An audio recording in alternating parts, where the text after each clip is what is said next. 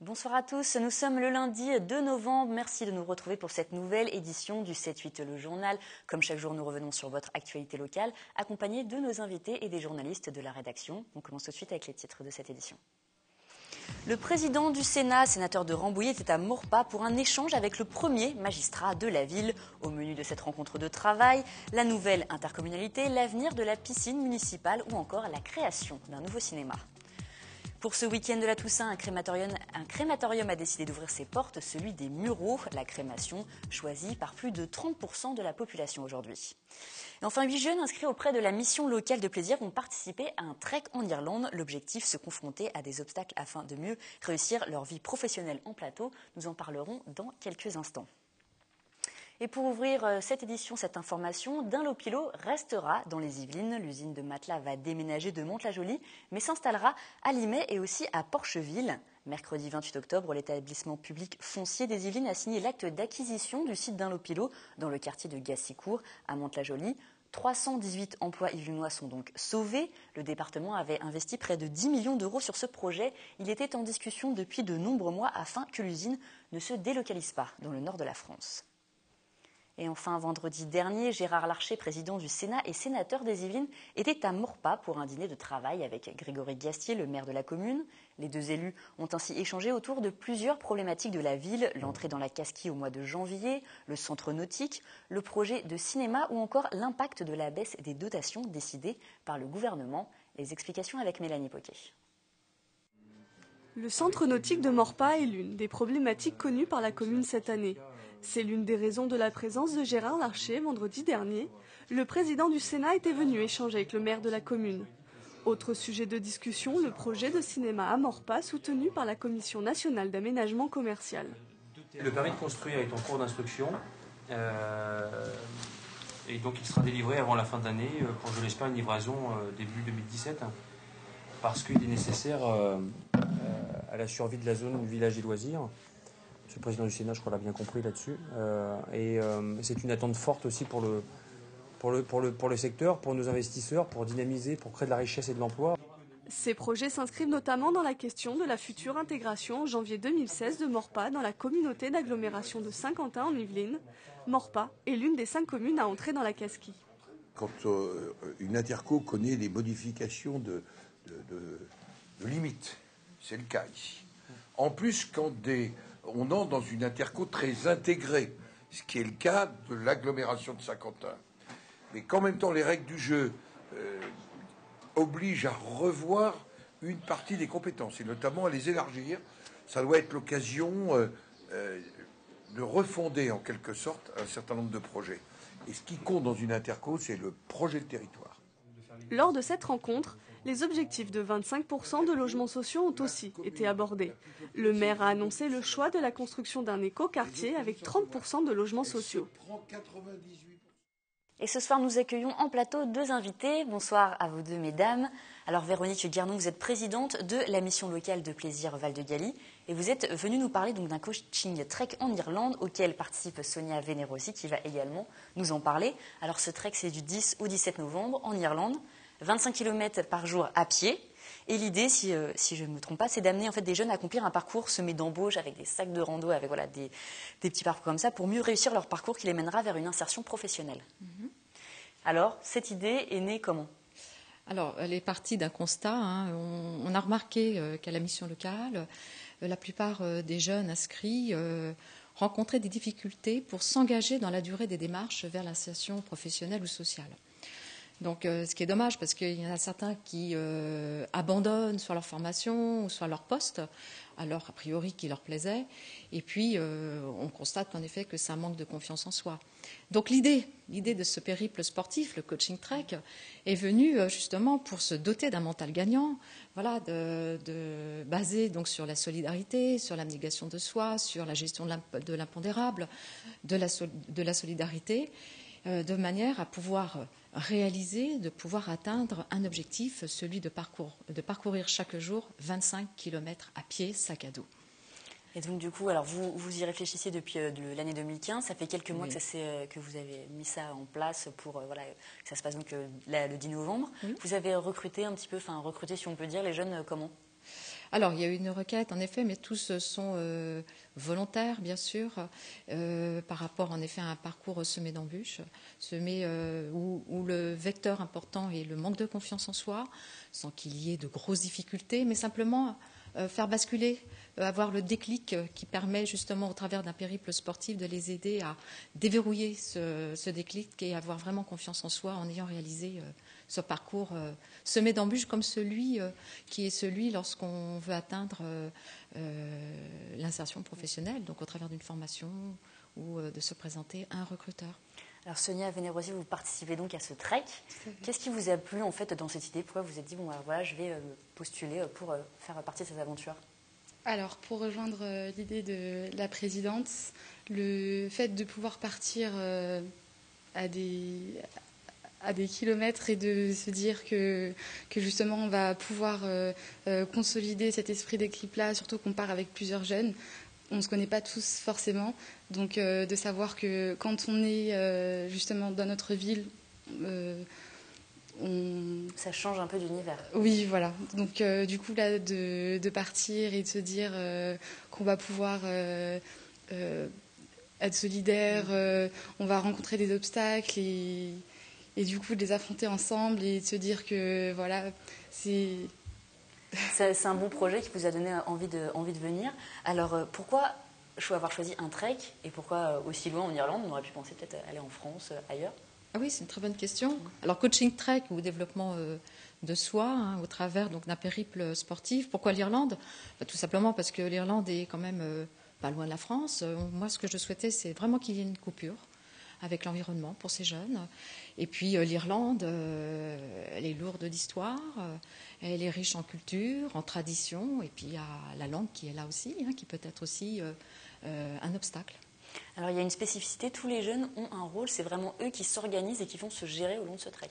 Ah oui, alors chacun, donc 8 jeunes, donc 5 de plaisir, 2 de Villepreux, 1 des Clés-sous-Bois, et chacun, ces 8 jeunes sont préposés à une action de travail bien particulière. Alors il y en a un qui est préposé au transport, l'autre au budget, un autre dans l'hôtellerie, la sécurité. Voilà, chacun a une responsabilité et cette spécificité dans ce trekking coach, c'est juste coaching trek, pardon, c'est que chacun a les jeunes, le groupe de jeunes prépare de A à Z le périple. Et donc vous, Sonia Venerosi, vous vous occupez de quoi pendant le trek? Alors, moi, je suis on m'a chargée de m'occuper, alors tout ce qui est vie sur place, en fait. Donc, quand on sera là-bas, la façon dont on sera hébergé, comment se nourrir. Comment ça s'est passé? Vous avez préparé ça avant? Vous travaillez ça depuis... Alors, on fait des recherches sur Internet ou autre pour voir, essayer de préparer le projet correctement et ensemble. Et vous aviez déjà fait ça avant ou c'était un peu une grande première? C'est la première fois. Et c'était compliqué? Vous avez senti que vous avez déjà apporté des choses? Au niveau de l'organisation, peut-être que vous n'aviez peut-être pas l'habitude, vous avez dû penser à plein de choses, prendre certains éléments un peu en main ou être mieux organisé par exemple? Il y avait de toute manière le groupe de coachs à côté, puisqu'il y a 3 adultes qui vont accompagner ce groupe de 8 jeunes. Donc il y avait ce cadre qui permettait à chacun de pouvoir prendre le bon cap dans leur recherche. Et l'action est venue un peu d'un constat que justement, est-ce que vous allez peut-être refaire ça plus tard ou comment ça se passait un peu aussi sur place? Alors là, c'est une deuxième édition en termes d'action tout à fait atypique à la mission locale de plaisir. C'est qu'il y a 2 ans, comme en 2013, on avait fait le temps d'émotion. Voilà, donc c'était un tandem avec un jeune de la mission locale, volontaire, et derrière un malvoyant de l'association AUI. Et c'est vrai que là, c'était un défi qui était donné. Et là, c'est pareil, sur le même principe. C'est un défi que chaque jeune se donne. C'est vraiment une action différente de celle que vous faites? Une action différente, mais toujours le point central de chacun, c'est la remise en confiance de soi. Et toute l'année, vous faites des actions de ce type. Oui. C'est vraiment la confiance en soi est vraiment au centre des préoccupations. Absolument. Et est-ce que vous attendez quoi des jeunes qui prennent conscience de quoi après ce trek-là, qui reprennent conscience en eux, mais peut-être autre chose également? Qu'ils réussissent. D'abord qu'ils réalisent. D'abord, ils vont partir à 8, ils vont revenir à 8. Ils vont apprendre, je suis sûre qu'ils vont revenir dotés d'un capital confiance, en tout cas plus important par rapport à celui qu'ils connaissent aujourd'hui, qu'ils vont connaître leur potentiel de battants, de combattants, et puis avec des valeurs qui vont se développer telles que la solidarité, l'abnégation de soi, l'encouragement aussi. Et puis je suis sûre que ça va débloquer, ça va déverrouiller quelques clés, là, j'en suis certaine. Vous êtes d'accord, Sonia? Oui. Vous pensez que ça va, vous attendez quoi? Vous pensez qu'après vous allez pouvoir vous débrouiller dans n'importe quelle situation, par exemple? C'est ce qu'on souhaite. En tout cas, c'est vrai que du coup, des fois c'est pas vraiment évident dans la vie de tous les jours, que ce soit dans les démarches, et là de se dire qu'on va peut-être pouvoir travailler sur ça et de revenir avec un mental gagnant justement pour rejoindre. 25 km par jour, je sais pas si vous êtes quand même préparé, parce que c'est pas si simple en l'air. Justement, il y a un jeune qui est en responsabilité pour l'entraînement physique. Oui, tout à fait. Voilà. Et c'est vrai que par rapport justement à ces jeunes, et répondre à votre question, c'est qu'ils vont revenir grandis, bien sûr, avoir réalisé, et on ne les nommera pas comme pour chacun, comme quelqu'un qui est en échec ou qui a des difficultés de parcours, mais grandis de ce beau périple, et qui leur permettra en effet d'être identifiés comme quelqu'un qui a réussi, qui s'est réalisé. Et donc vous partez, donc je le rappelle, du 10 au 17 novembre en Irlande. Alors peut-être nous en reparlerons après, une fois que vous avez fait donc, ce trek, revenir sur l'expérience et voir ce que vous a apporté. En tout cas, merci beaucoup, mesdames, d'être venues en plateau avec nous. Avec plaisir. Et la journée des défunts, c'est aujourd'hui, le lundi 2 novembre. Pour l'occasion, le crématorium des Mureaux a organisé ses portes ouvertes à l'occasion de la fête de la Toussaint ce week-end. Ouvert en 2010, l'établissement est de plus en plus sollicité par les familles. C'est le seul crématorium des Yvelines. Environ 1000 défunts y sont incinérés chaque année. Fanny Bourdillon et William L. Voilà, donc ici se trouve la salle technique avec donc l'appareil de crémation. Donc nous plaçons le cercueil juste ici. Le cercueil juste ici. Ensuite, donc nous levons il y a des bras qui se lèvent. Nous levons le cercueil à hauteur. La porte s'ouvre. Nous plaçons le cercueil directement dans l'appareil de crémation. Nous ressortons ensuite les bras. Nous refermons la porte simplement. Ce dimanche, le crématorium des Mureaux, le seul du département, a organisé ses portes ouvertes. L'occasion de rassurer les visiteurs quant à la crémation qui peut en inquiéter certains. J'avais pas besoin d'être rassuré, c'était surtout mon épouse qui avait besoin de l'aide dans la mesure où son choix aujourd'hui pourrait aller vers la crémation, alors qu'il y a quelque temps, c'était plus l'inhumation classique. C'était justement pour y réfléchir parce que je n'avais jamais assisté à aucune crémation. Et finalement, ça me faisait peur, ça me faisait très peur. Et maintenant, après avoir vu les lieux, c'est pas si terrible que ça en fait. Les mentalités ont changé. Aujourd'hui, près d'un tiers des obsèques passent par une crémation, alors qu'elles ne représentaient qu'1% à la fin des années 70. Les crémations, depuis effectivement une trentaine d'années, sont en hausse. Et nous, en moyenne, dans cet établissement, nous effectuons en moyenne 1000 crémations à peu près. C'est un chiffre qui est en hausse chaque année. Une crémation va coûter de toute façon, bien sûr, moins cher qu'un caveau dans un cimetière, un caveau de plusieurs places. Finalement, la crémation coûtera moins cher. Plus économique, facturée aux alentours de 700 €, moins d'entretien, la crémation a de nombreux avantages. Pour le personnel de cet établissement, il faut prendre le temps d'y réfléchir avant. Et c'est une fête qui connaît un regain d'intérêt depuis plusieurs années. La fête d'Halloween, dont les origines remontent à la tradition celtique, attire les Français qui aiment se déguiser. À Voisins-le-Bretonneux, c'est une armée de petits monstres qui s'est abattue sur la ville samedi soir, avec pour seul objectif effrayer les riverains, ainsi que notre journaliste William L. Regardez. Je veux entendre du bruit. Vous pourrez entrer. C'est une nuée de sorcières, vampires, zombies et loups-garous qui ont envahi l'espace de Cauville samedi soir à Voisins-le-Bretonneux. Pour Halloween, le parc avait pris des allures de cimetière, un cimetière où les morts ne l'étaient pas vraiment. J'ai voulu me déguiser aussi comme c'était Halloween. Et t'es déguisé en quoi là? C'est un peu un mélange de pirates zombies. Parce qu'ils sont immortels et rigolos. Ouais. Parce qu'ils perdent leurs membres. T'es déguisé en quoi là? Zombie. Pourquoi? Parce que j'aime bien et ça fait peur. Le zombie, un déguisement qui fait fureur. Cette année, les morts-vivants ont la cote, même chez les organisateurs. Certains espaces du site semblent tout droit sortis de films d'horreur bien connus. En fait, Halloween, c'est devenu très très large. Avant, c'était juste une fête où on pensait que, comme on était pile poil entre le jour et la nuit, c'était la frontière parfaite entre la mort et la vie. Et puis petit à petit, enrichi de tout le cinéma fantastique, c'est devenu ça. Donc on joue vraiment avec ce cliché-là et on fait voyager les gens d'ambiance en ambiance avec des choses plus ou moins effrayantes et surtout marrantes un maximum. Plusieurs activités ludiques étaient organisées par les associations partenaires, spectacles de magie, contes mystiques ou ateliers maquillage. Et au détour de chaque buisson, il n'était pas rare de croiser d'effrayants personnages. J'ai très faim et j'adore manger le foie. Tu vois ça là, ça c'est le foie et je veux que tu me l'attrapes. C'est très détaillé, fait en latex et si jamais on touche les bords, comme pour le docteur Maboul, il y a un klaxon qui s'allume. C'est un peu vicieux, mais... Oh, il a touché les bords. Vous avez entendu le klaxon? Voilà. Mais c'est très difficile. Faire peur ou avoir peur, telle est la question, même si, pour les enfants, Halloween rime surtout avec friandise. Bon, allez, 2 bonbons. Et puis toi, tu t'es bien battu. Alors t'en as 4. Bravo les filles. Et quel que soit l'âge, ce soir, personne n'échappe au déguisement. J'ai fait l'effort de me déguiser. On fait des petites bêtises, hein? Voilà, des petites crasses comme ça. Bah ouais, on fait une soirée avec des copains et on fait le tour des maisons. Et là, on s'est dit qu'on allait avoir comme point de chute ici parce que c'était très sympa. Halloween à Voisins le Bretonneux, une fête conviviale qui rassemble toute la famille autour d'un imaginaire commun.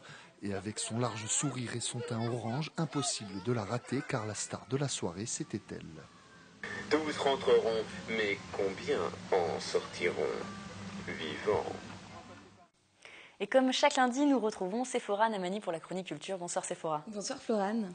Alors ce soir, nous allons parler ensemble histoire. Quels souvenirs avez-vous des cours d'histoire du collège? Eh bien écoutez, j'en ai de bons souvenirs, surtout le programme de 3e, il faut dire que j'avais de bons professeurs.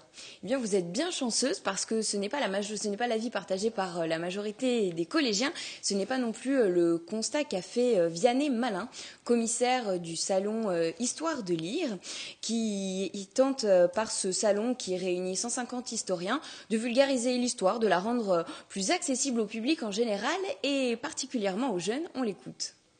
À partir de 12-13 ans, les enfants étaient moins intéressés par la lecture et ne venaient pas à notre salon. Donc avec l'aide du conseil départemental, nous avons décidé d'envoyer en quelque sorte les historiens en mission, donc aller rencontrer les classes de 4e et de 3e. Alors, en vue de ce salon, justement, l'association Histoire de lire, en partenariat avec le conseil départemental des Yvelines, a donc missionné un historien pour venir rendre attractif l'histoire. Et donc, nous étions ce matin au collège Louis Pasteur avec une classe de 4e et l'historien présent était Dimitri Casali. Je vais vous raconter l'histoire d'un petit immigré qui est arrivé en France à l'âge de 10 ans sans parler un seul mot de français. Peut-être que certains sont arrivés dans ce pays un peu comme Napoléon. Il ne parlait pas un traître mot de français. Et il est devenu, grâce à sa volonté et à sa force de travail, il est devenu le fondateur de la France moderne et de toutes les institutions qui régissent la France aujourd'hui.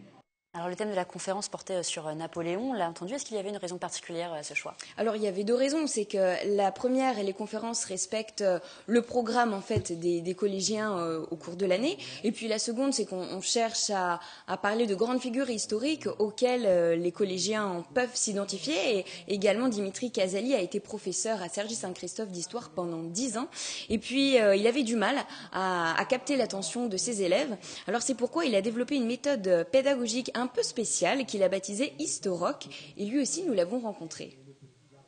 J'ai compris qu'il fallait utiliser tous les moyens possibles autour de moi pour leur transmettre le goût de l'histoire, c'est-à-dire bien sûr le récit.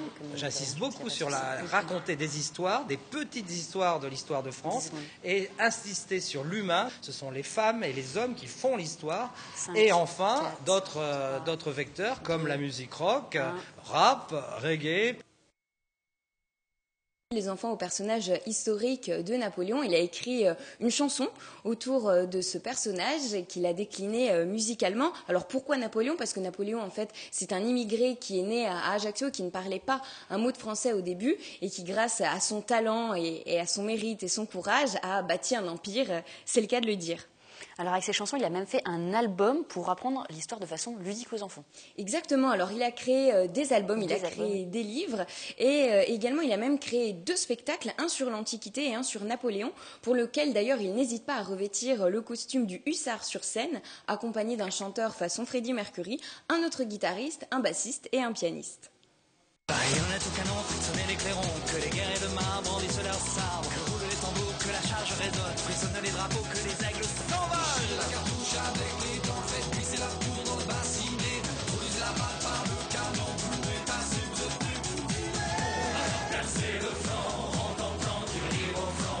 On va leur percer le flanc, en tentant tirer au flanc. Ah, nous allons vivre, en tentant tirer libre. On va leur percer le flanc. Et oui, c'est un enseignement beaucoup plus moderne, c'est le cas de le dire. Est-ce que les jeunes sont réceptifs? Alors écoutez, ce matin en tout cas, on a vraiment senti les collégiens intéressés et réceptifs à la conférence. Ils ont même eu la chance de se voir offrir à la fin un ouvrage, le livre, le grand album d'histoire de France de notre enfance de Dimitri Casali et Guillaume Bourgel, qui était dédicacé à leur nom. C'est donc un bilan positif pour cette action, soutenue par le conseil départemental des Yvelines, qui souhaite l'étendre à tous les collèges du département. J'espère que vous retiendrez de cette journée que l'histoire, c'est une matière vivante, c'est une matière passionnante, mais c'est surtout une matière indispensable pour préparer son avenir. Voilà. L'apprentissage de la citoyenneté ne peut se faire qu'à partir de ce goût de l'histoire, parce que l'histoire, ça nous permet de mieux comprendre le présent, de mieux anticiper le futur. Alors 4 conférences du type auront lieu avant le salon Histoire de lire sur Versailles et Saint-Cyr, animées par différents historiens en direction toujours des scolaires. Et je le rappelle, le salon Histoire de lire se tiendra les 21 et 22 novembre prochains à l'hôtel de ville de Versailles qui lui sera ouvert au public. Eh bien, quel dommage que nous ne soyons plus au collège. Merci Sephora, on vous retrouve mercredi pour une nouvelle édition de Kiosque, le magazine consacré à la culture.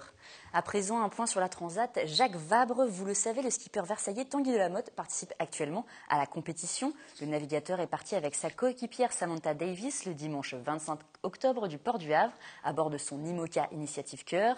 Victime d'une avarie vendredi dernier, le skipper a réussi à réparer son bateau. Il pointe actuellement à la 5e place du classement et vise même la 4e place. On écoute tout de suite le skipper versaillais. Content d'être là, content d'être encore là, parce qu'il y a eu beaucoup de cas sur notre bateau, mais aussi sur les autres, donc il y en a beaucoup qui ont fait demi-tour. Nous, on est encore là sur la route du Brésil, donc c'est vraiment super. On a fait un début de course assez musclé, mais on est content, on est en bonne forme, on est dans un bon rythme et on est très content d'être là où on est dans le classement et d'être surtout encore une fois sur l'eau. C'est une course pour la bonne cause. Chaque clic sur la page officielle d'Initiative Cœur, le sponsor de Tanguy Delamotte, permet de récolter des dons pour sauver des enfants atteints d'une malformation cardiaque. Le site apparaît à l'écran en ce moment. Pour le moment, la traversée de Tanguy va permettre à 13 enfants d'être sauvés. Et pour finir, nous restons sur le sport. Le rugby club de plaisir n'en finit plus de gagner. Les Yvelinois poursuivent leur sans faute dans le championnat de Fédéral 3. Ils ont largement dominé ce week-end l'équipe de Roy-Malmaison. Le score 28-15. Conséquence, plaisir est le premier du classement. Résumé du match avec Mickaël Elmidoro et William L. 4e match et 4e victoire pour plaisir en Fédéral 3. Ce dimanche, les rugbyman yvelinois n'ont une nouvelle fois pas fait de détail à domicile face à Royal-Malmaison. Le score est sans appel, 28-15. C'est vrai que 4 matchs, 4 victoires, on ne va pas non plus faire la fine bouche, c'est vrai. Mais voilà, et on est toujours un petit peu, en tant qu'entraîneur, on n'est jamais satisfait complètement. Maintenant, il y a quand même la victoire, il ne faut pas non plus l'oublier. 28-15, il repartait d'ici avec 0 points. Donc je suis quand même satisfait du résultat. Il ne faut pas non plus être trop pessimiste. Avec cette victoire, Plaisir caracole en tête du championnat avec 17 points et 119 points marqués depuis le début de la saison. Descendu en Fédéral 3 après un passage éclair à l'échelon supérieur, Plaisir veut remonter dès cette année. On va se donner les moyens toute la saison jusqu'au bout, parce que on voit avec le score d'aujourd'hui où il n'y aura aucun match qui sera gagné Jusqu'à la fin de saison, il n'y aura pas un match facile, il n'y aura pas une équipe qui lâchera. On sait qu'en Fédéral 3, c'est besogneux, ça s'y file sur tous les impacts. Et du coup, voilà, le score reflète la partie, quoi. Et la saison, ça sera comme ça jusqu'au bout. Donc il faudra qu'on accroche jusqu'au bout. Le club, c'était quand même avait bien figuré l'an dernier en Fédéral 2. Ils avaient perdu juste sur la dernière rencontre. Donc bien sûr que les joueurs en ont envie. Et l'objectif clair, c'est quand même de remonter immédiatement en Fédéral 2. Mais il faudra produire autre chose que ce qu'on a fait aujourd'hui.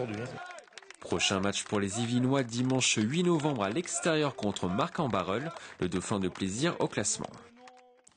Et c'est la fin de cette édition. Merci de nous avoir suivis. Tout de suite, restez avec nous. Vous avez rendez-vous avec Mickaël Almidoro et ses invités pour le 7-8 Sport. Alors au programme, il y a du football, du rugby et même du billard. C'est à ne pas rater. Pour ma part, je vous retrouve demain à 18h pour une nouvelle édition du 7-8 le journal en direct. Je vous souhaite une très bonne soirée.